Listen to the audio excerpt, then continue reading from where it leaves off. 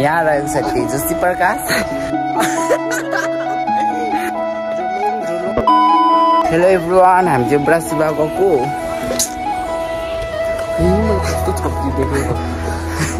छपरीको dress लाएर छपरी देखिस् तेरो सर्टै लगाइदियो बित्तिकै लगाइरहेको छ गाइस। आज चाहिँ हामी ब्रासिबाको त्यहाँ टिकटक बनाएर हामी चाहिँ अब टेम्पलतिर लाग्यौँ है। यहाँ रहेको छ तेजस्वी प्रकाश।